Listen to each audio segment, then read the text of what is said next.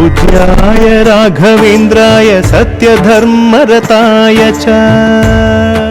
ಇನ್ನು ಶ್ರೀ ಗುರು ರಾಘವೇಂದ್ರ ರಾಯರ ಬಗ್ಗೆ ಪವಾಡಗಳ ಬಗ್ಗೆ ನಮ್ಗೆ ತಿಳಿಸ್ಕೊಡಿ ಅಮ್ಮ ಇವತ್ತಿನ ಸಂಚಿಕೆ. ನೋಡಿ, ಇವತ್ತಿನ ದಿವಸ ಮಂತ್ರಾಲಯದಲ್ಲಿ ಏನು ಅಂತಂದರೆ, ಇವತ್ತು ಸರಿ ನಾಳೆನೂ ಸರಿ, ಒಂದು ವಾರಕ್ಕೆ ಮುಂಚೆನೇ ಅಲ್ಲಿ ಗಂಧನ ಶ್ರೀಗಂಧನ ಅರಿಯಕ್ಕೆ ಸ್ಟಾರ್ಟ್ ಮಾಡ್ಕೊಂಬಿಡ್ತಾರೆ ಭಕ್ತಗಳು. ಆದರೆ ಅವರಲ್ಲಿ ಬರೋ ಅಂಥವ್ರು, ಬೃಂದಾವನ ಪೂಜೆ ಮಾಡೋ ಅಂಥವ್ರು, ಬೃಂದಾವನ ಅಂದರೆ ಮಂತ್ರಾಲಯದಲ್ಲ, ಅಲ್ಲಲ್ಲೇ ಇರೋಂಥ ಮಠದಲ್ಲಿ ಪೂಜೆ ಮಾಡೋ ಅಂಥವ್ರು, ಸೇವೆ ಮಾಡೋ ಅಂಥವ್ರನ್ನ ಕರೆಸ್ಬಿಟ್ಟು ಆ ಗಂಧನ ಅರಸಿ ಸುಮಾರು ಅಂದ್ರೂ ಒಂದು 5 kg ಗಂಧ, 10 kg ಗಂಧನ ಅರ್ದು ಎಲ್ಲ ಒಂದು ಬಾಕ್ಸಲ್ಲಿ ಹಾಕಿ ಇಟ್ಕೊಂಡಿರ್ತಾರೆ. ಆ ಭಗವಂತನಿಗೆ ಇವಾಗ ಅಕ್ಷಯ ತೃತೀಯ ದಿವಸ ಮತ್ತು ನಾಳೆ 2 ದಿವಸ ಇರೋದ್ರಿಂದ ಅಲಂಕಾರ ಅದರಲ್ಲೇ ಖಂಡಿತ ಮಾಡ್ತಾರೆ. ಹಾಗಾಗಿ ಎಲ್ಲ ಗಂಧದಲ್ಲೂ ಲೇಪನ ಫುಲ್ಲು ಗಂಧದಲ್ಲೇ ಇರುತ್ತೆ. ಯಾವ ಒಂದು ಹೂವು ಸಹ ಇರಲ್ಲ. ಹಾಕಿದರೆ ಒಂದು ತುಳಸಿ ಮಾಲೆ ಹಾಕಿರ್ತಾರೆ ಅಷ್ಟೇ.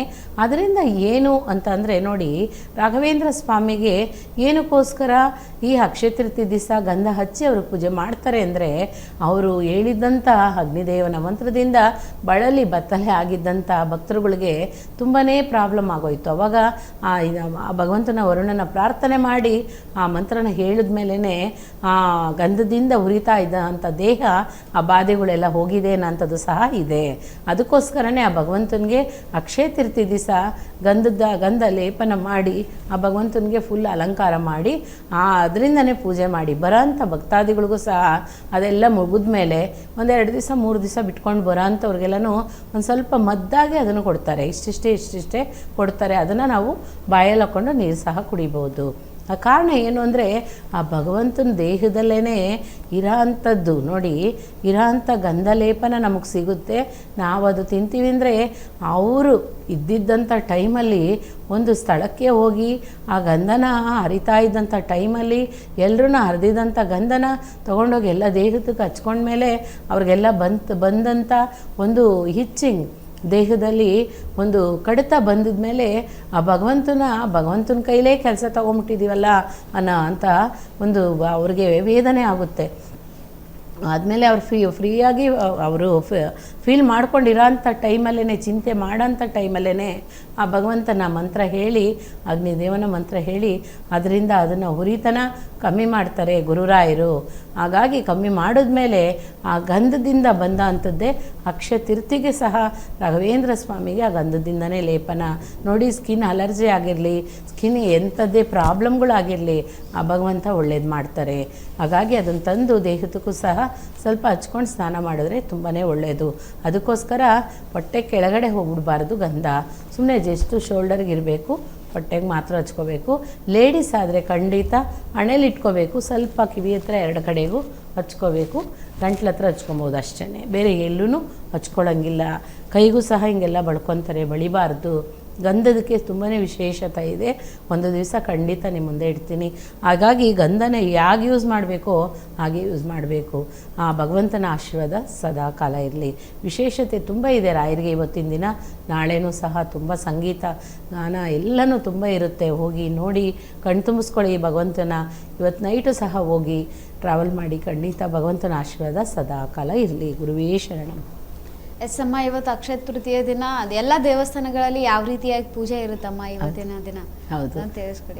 ನೋಡಿ, ಅದರಲ್ಲೂ ಸಹ ರಾಯರ ಮಠಗಳಲ್ಲಿ ಎಲ್ಲ ಮಠದಲ್ಲೂ ಸಹ, ಬೆಂಗಳೂರು ಅಂತಲ್ಲ, ಪ್ರಪಂಚದಲ್ಲಿ ಎಲ್ಲ ಕಡೆಗೂ ರಾಯರ ಮಠದಲ್ಲಿ ಇವತ್ತಿನ ದಿವಸ ಅಕ್ಷಯ ತೃತೀಯ ದಿನ ರಾಘವೇಂದ್ರ ಸ್ವಾಮಿಗೆ, ಎಲ್ಲ ದೇವ್ರಿಗೂ ರಾಘವೇಂದ್ರರಿಗೂ, ರಾಘವೇಂದ್ರ ಸ್ವಾಮಿ ಶಿಷ್ಯರುಗಳಿಗೂ ಇವತ್ತಿನ ದಿವಸ ಬರೀ ಅಲಂಕಾರ ಗಂಧದ್ದೇ ಇರುತ್ತೆ.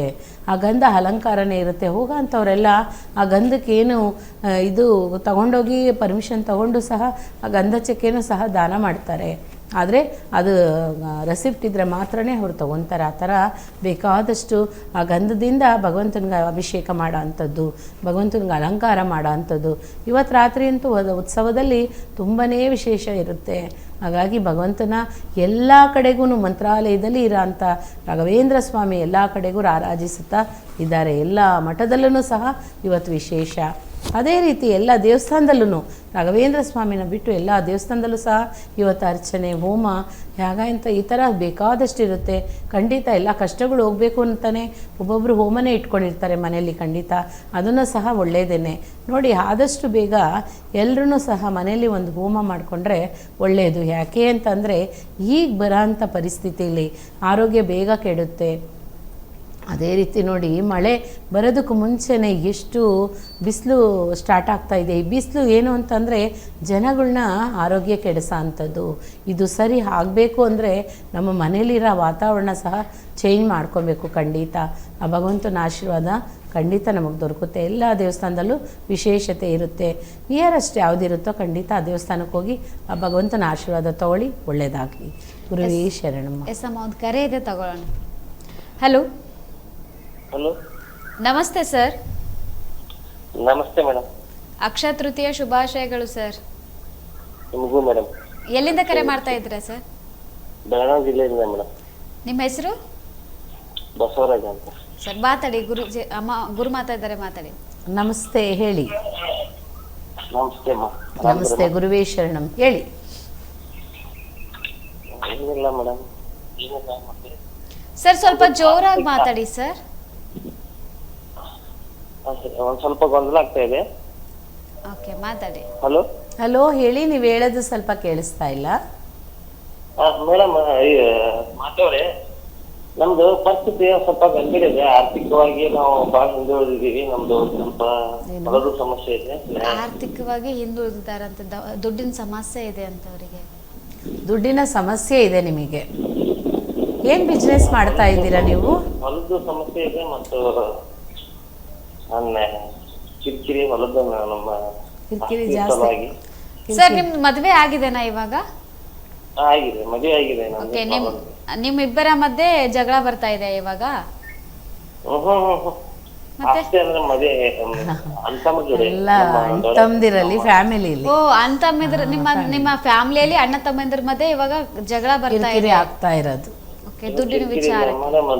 ನಮ್ ದೊಡ್ಡಪ್ಪನ ಜೋಡೆ, ನಮ್ ತಮ್ಮ ಎಲ್ಲ ಸರಿ ಇದಾರೆ. ನಮ್ಮ ಆಸ್ತಿ ಪ್ರಾಬ್ಲಮ್ ಇದೆ ಅಲ್ವರಾ? ಆಸ್ತಿ ಪ್ರಾಬ್ಲಮ್ ಇದೆ. ಮನೇಲಿ ಸಂತೋಷವಾಗಿದ್ದಾರೆ, ಯಾವ ತೊಂದರೆ ಇಲ್ಲ. ನೋಡಿ, ಇವಾಗ ಫಸ್ಟ್ ನಿಮಗೆ ದುಡ್ಡಿನ ಸಮಸ್ಯೆ ಸರಿಯಾಗಬೇಕು, ಆಸ್ತಿ ಪ್ರಾಬ್ಲಮ್ ಎಲ್ಲ ಸರಿಯಾಗಬೇಕು ಅಂತ ಅಂದರೆ ಖಂಡಿತ ನೇರವಾಗಿ ಬರಲೇಬೇಕು ನೀವು. ಯಾಕೆಂದರೆ ನಿಮಗೆ ತುಂಬಾ ಪ್ರಾಬ್ಲಮ್ ಜಾಸ್ತಿ ಆಗ್ತಾ ಇದೆ. ನೇರವಾಗಿ ಬಂದರೆ ಒಳ್ಳೆಯದು. ಯಾವ ಊರಲ್ಲಿ ಇರೋಂಥದ್ದು ನೀವು? ಬೆಳಗಾವಿ. ಬೆಳಗಾಂ ಡಿಸ್ಟಿಕ್ ಅಲ್ವರ? ಬೆಳಗಾಂ ಡಿಸ್ಟಿಕ್ ಅಲ್ವರ? ಅದೇ ಅದೇ ಅದೇ ಸರಿ, ಓಕೆ. ನೀವು ಒಂದು ಕೆಲಸ ಮಾಡಿ, ನನ್ನ ನಂಬರ್ ತೊಗೊಂಡು ನೀವು ಅಡ್ರೆಸ್ನ ನನಗೆ ವಾಟ್ಸಪ್ ಮಾಡಿ. ವಾಟ್ಸಪ್ ಮಾಡಿ, ನಾನು ನಿಮಗೆ ಒಂದು ಸಂಕಲ್ಪ ಕಾಯಿ ಮಾತ್ರ ಕಳಿಸ್ಕೊಡ್ತೀನಿ ನಿಮಗೆ. ಅದನ್ನು ಕಳಿಸ್ಕೊಡ್ತೀನಿ. ಸ್ವಲ್ಪ ಕಿರಿಕಿರಿ ಎಲ್ಲ ಕಮ್ಮಿ ಆಗುತ್ತೆ. ನೋಡಿ, ನೀವು ಯಾವ ಕಾರಣಕ್ಕೂ ದುರಾಸೆ ಪಡಬೇಡಿ. ದೇವ್ರು ನಿಮ್ಗೆ ಒಳ್ಳೆ ಜ್ಞಾನ ಕೊಟ್ಟಿದ್ದಾನೆ, ಅದೇ ರೀತಿ ಸಂಪಾದಿಸೋ ಅಷ್ಟು ಶಕ್ತಿನೂ ಕೊಟ್ಟಿದ್ದಾನೆ. ನ್ಯಾಯ ರೀತಿಯಿಂದ ಇದ್ದು ಎಲ್ಲರೂ ಹಂಚ್ಕೊಂಡಂಗೆ ಹಂಚ್ಕೊಳ್ಳಿ ನೀವೆಲ್ಲರೂ. ಖಂಡಿತ ನಿಮ್ಮ ತಾಯಿ ತಂದೆ ಹೇಳೋದನ್ನು ನೀವು ಮಾಡಿ, ಆ ಪರಿಪಾಲನೆ ಖಂಡಿತ ಒಳ್ಳೆಯದಾಗುತ್ತೆ. ನಮಸ್ತೆ, ಧನ್ಯವಾದಗಳು ಸರ್ ಕರೆ ಮಾಡಿದ್ದಕ್ಕೆ. ಎಸ್ ಅಮ್ಮ, ಇವತ್ತು ಅಕ್ಷಯ ತೃತೀಯ ಬಗ್ಗೆ ಹೇಳಿದ್ರೆ, ನಾಳೆ ವಿಶ್ವಗುರು ಜಗಜ್ಯೋತಿ ಬಸವೇಶ್ವರರ ಜಯಂತಿ ಇರೋದು. ಏನ್ ಹೇಳ್ತೀರಾ? ಬಸವೇಶ್ವರ ಸ್ವಾಮಿದು ನಾಳೆ ಡೀಟೇಲ್ಸ್ ಆಗಿ ನಾನು ಹೇಳಬೇಕು ಅಂತ ಇದ್ದೀನಿ. ಯಾಕೆ ಅಂತಂದರೆ ನೋಡಿ, ಒಂದೊಂದು ಬಸವೇಶ್ವರ ಸ್ವಾಮಿ ವಿಷಯ ಹೇಳಬೇಕು ಅಂದರೆ, ಇವಾಗ ಯಡಿಯೂರಿಗೆ ಹೋದ್ರೇನು ಸಿದ್ಧಲಿಂಗೇಶ್ವರ ಸ್ವಾಮಿ ಮಂತ್ರಾಲಯ ಮಾದೇಶ್ವರ ಸ್ವಾಮಿ ಬೆಟ್ಟಕ್ಕೆ ಹೋದ್ರೂ ಸಹ ಅಲ್ಲಿ ಮಾದೇಶ್ವರ ಸ್ವಾಮಿ. ಅದೇ ರೀತಿ 4 ಜನ ಅಣ್ಣ ತಮ್ಮಂದಿರ ಸ್ಟೋರಿನೂ ಸಹ ನಾಳೆ ನಿಮ್ಗೆ ಹೇಳ್ತೀನಿ. ಈಗ ಬಸವೇಶ್ವರ ಸ್ವಾಮಿ ವಿಶೇಷತೆ ಹೇಳಬೇಕು ಅಂದರೆ, ಅಕ್ಷಯ ತೃತೀಯಗೂ ಬಸವೇಶ್ವರ ಸ್ವಾಮಿಗೂ ಖಂಡಿತ ಅವರ ಆಶೀರ್ವಾದದಿಂದನೇ ತುಂಬ ವಿಶೇಷಗಳು ಸಹ ಸಾಧನೆ ಮಾಡಿದ್ದಾರೆ ಬಸವೇಶ್ವರ ಸ್ವಾಮಿ. ಹಾಗಾಗಿ ಅವ್ರ ಬಗ್ಗೆ ಹೇಳಬೇಕು ಅಂದರೆ ಖಂಡಿತ ಒಂದು ದಿನ ಫುಲ್ಲು ಅವ್ರ ಲೆಸನ್ನೇ ನಾವು ಲೆಸನಲ್ಲೇ ಒಂದು ಲೈನು ಸಹ ಅರ್ಥ ಮಾಡ್ಕೊಳ್ಳೋಕ್ಕೆ ಸಾಧ್ಯ ಇಲ್ಲ. ಯಾಕೆಂದರೆ ಅಷ್ಟು ವಚನಗಳು ಬರೆದಿದ್ದಾರೆ ಭಗವಂತ, ಅಷ್ಟು ವಿಶೇಷತೆ ಬರೆದಿದ್ದಾರೆ. ಹಾಗಾಗಿ ಅವ್ರಿಗಿರೋಂಥ ಜ್ಞಾನ, ಅವ್ರಿಗಿರೋಂಥ ಇವಾಗ ಅದಕ್ಕೆ ಹೇಳೋದು, ನಮ್ಮ ತುಮಕೂರಲ್ಲಿ ಸಿದ್ಧಗಂಗಾ ಮಠಕ್ಕೆ ಸಹ ನಮ್ಮ ಶಿವಕುಮಾರ ಸ್ವಾಮೀಜಿಗೂ ಸಹ ಅವರು ಬಸವೇಶ್ವರ ಸ್ವಾಮಿ ಅವತಾರನೇ ಅಂತಲೂ ಸಹ ಹೇಳ್ತಾರೆ. ಯಾಕೆಂದರೆ ಅಷ್ಟು ನೋಡಿ ಅನ್ನದಾತ ಪ್ರಭು ಅವರು. ಹೇಳಬೇಕು ಅಂದರೆ ಅನ್ನದಾತ ಪ್ರಭು. ಹಾಗಾಗಿ ಬಸವೇಶ್ವರ ಸ್ವಾಮಿ ಬಗ್ಗೆ ಖಂಡಿತ ನಾನು ನಾಳೆ ಸ್ವಲ್ಪ ವಿಷಯ ತಿಳಿಸ್ಕೊಡ್ತೀನಿ. ಈಗಿನ ದಿನದಲ್ಲಿ ಏನು ಅಂತಂದರೆ ಇವತ್ತಿನ ದಿವಸ ಅಕ್ಷಯ ತೃತೀಗೋಸ್ಕರ ತಗೊಳ್ಳೋವಂಥ ಒಡವೆಗಳಾಗಲಿ, ಯಾಕೆಂದರೆ ಇವತ್ತು ಭಾನುವಾರ, ನಾಳೆ ಆಯಿತು ಅಂದರೆ ನಾಳೆ ಲೀವ್ ಇದೆ, ಇದ್ರೇನು ಕೆಲಸಕ್ಕೆ ಹೋಗೋ ಅಂಥವ್ರಿಗೆ ಲೀವ್ ಇರೋದಿಲ್ಲ. ಹಾಗಾಗಿ ಇವತ್ತಿನ ದಿವಸ ಹೋಗಿ ಖುಷಿಯಿಂದ ಯಾವುದಾದ್ರೂ ಇರೋಂಥ ಪಕ್ಕದಲ್ಲೇ ಇರೋಂಥ ದೇವಸ್ಥಾನ ಅಥವಾ ಚಾಮುಂಡೇಶ್ವರಿ ಅಮ್ಮ ಬೆಟ್ಟಕ್ಕೂ ಸಹ ಹೋಗಿ ತುಂಬಾ ವಿಶೇಷತೆ. ಆ ತಾಯಿನೂ ಸಹ ನಮ್ಮ ದರಿದ್ರ ಕಷ್ಟಗಳನ್ನು ದೂರ ಮಾಡೋ ಅಂಥ ದೇವಿ. ಹಾಗಾಗಿ ಚಾಮುಂಡೇಶ್ವರಿ ದೇವಸ್ಥಾನಕ್ಕೂ ಹೋಗ್ಬೋದು, ಇಲ್ಲ ನಾವು ಹೊರನಾಡು ಅನ್ನಪೂರ್ಣೇಶ್ವರಿಗೆ ಹೋಗ್ತೀವಿ ಅಂದ್ರೂ ಸಹ ಹೋಗಿ ಬರ್ಬೋದು, ಯಾಕೆಂದರೆ ನಾಳೆನೂ ಸಹ ಲೀವ್ ಇದೆ ನೋಡಿ. ಹಾಗಾಗಿ ಯಾವ ದೇವಸ್ಥಾನಕ್ಕೆ ಬೇಕಾದರೂ ಇವತ್ತಿನ ದಿವಸ ಹೋಗಿ ಎಲ್ಲನೂ ಪಡ್ಕೊಂಬಂದ್ವಿ ಅಂದರೆ ಖಂಡಿತ ಶ್ರೇಷ್ಠತೆಯಿಂದ ಅಕ್ಷಯ ಪಾತ್ರೆ ಕಮ್ಮಿ ಹಾಕ್ದಿರ ತುಂಬಿ ತುಳ್ಕಾಡುತ್ತೆ ಅನ್ನೋಂಥದ್ದು ಸಹ ಇದೆ. ಖಂಡಿತ ಎಲ್ಲ ದೇವಸ್ಥಾನಗಳಿಗೆ ಹೋಗಿ ಫಸ್ಟು ಅರ್ಚನೆಗಳು ಮಾಡಿಸಿ ವಂಶ ವೃದ್ಧಿ ಆಗಲಿ ಅಂತ ಹೇಳಿ ಅರ್ಚನೆ ಮಾಡಿಸಿ. ಹೋಮ ಇವತ್ತು ಇರುತ್ತೆ, ನಾಳೆನೂ ಇರುತ್ತೆ. ಹಾಗಾಗಿ ಹೋಮಗಳನ್ನ ಮಾಡಿಸಿ ನಿಮ್ಮಿಂದ ಆದರೆ ಅಲ್ಲೇ ಕೂತ್ಕೊಂಡು 1 ಅವರ್ ಅಲ್ಲೇ ಕೂತ್ಕೊಂಡು ಆ ಹೋಮದಲ್ಲಿ ನೀವು ಇರೋಂಥದ್ದು ತುಂಬ ಒಳ್ಳೆಯದು. ಆ ಹೊಗೆನ ಸ್ವಲ್ಪ ಶ್ವಾಸ ಮಾಡಬೇಕು, ಆವಾಗಲೇ ನಮ್ಮ ಅಂಗಾಂಗದಲ್ಲಿ ಇರೋಂಥ ಯಾವುದೇ ಒಂದು ಕಷ್ಟಗಳಾದ್ರೂ ಸಹ ಸರಿಯಾಗುತ್ತೆ ನೋಡಿ. ಎಷ್ಟೋ ಜನ ಜ್ಯೋತಿಷ್ಯರು ಸಹ ನಾಳೆ ದಿವಸ ಹೋಮಗಳನ್ನ ಇವತ್ತು ನಾಳೆ ಇಟ್ಕೊಂಡಿದ್ದಾರೆ.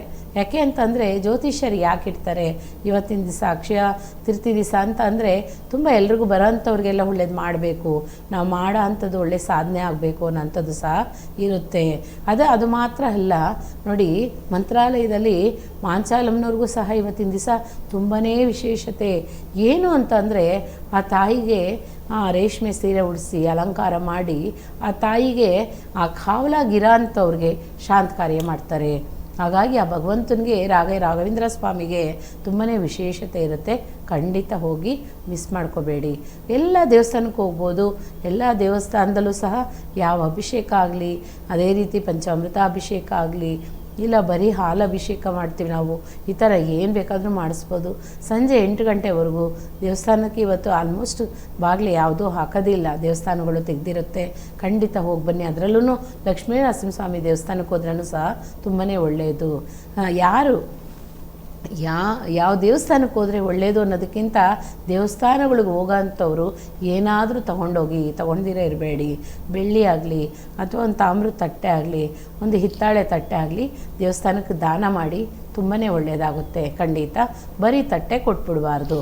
ಅದರಲ್ಲಿ ತಾಂಬೂಲ ಎಲ್ಲ ಇಟ್ಟು ಅದರಲ್ಲಿ ತಟ್ಟೆ ತುಂಬ ಅಕ್ಕಿನ ಹಾಕಿ, ಒಂದು ಅಚ್ಚು ಬೆಲ್ಲ, ಒಂದು ತೆಂಗಿನಕಾಯಿ, ಒಂದು ಕೊಬ್ಬರಿ ಬಟ್ಲು ಒಡೆದ ಮೇಲೆ 2 ಪೀಸ್ ಆಗಿರೋದು 2 ಇಡಬೇಕು. ಅದೇ ರೀತಿ ಹೂವು, ಹಣ್ಣು ಎಲ್ಲ 3 ವಿಧವಾಗಿದ್ದಂಥ ಹಣ್ಣು ಎಲ್ಲನೂ ಇಟ್ಟು ಒಂದು ಕಾಣಿಕೆ ಇಟ್ಟು ಖಂಡಿತ ದಾನ ಮಾಡಿ. ತುಂಬ ಇರೋಂಥ ಕಷ್ಟಗಳೆಲ್ಲ ದೂರ ಆಗುತ್ತೆ. ಅದರಿಂದ ನಮಗೆ ಬರೋಂಥದ್ದು ಖಂಡಿತ ಒಂದು ಕುಬೇರನ ಆಶೀರ್ವಾದ ನಮಗೆ ಸಿಗುತ್ತೆ. ಖಂಡಿತ ಒಳ್ಳೆಯದಾಗಲಿ. पूज्याय राघवेन्द्राय सत्यधर्मरताय च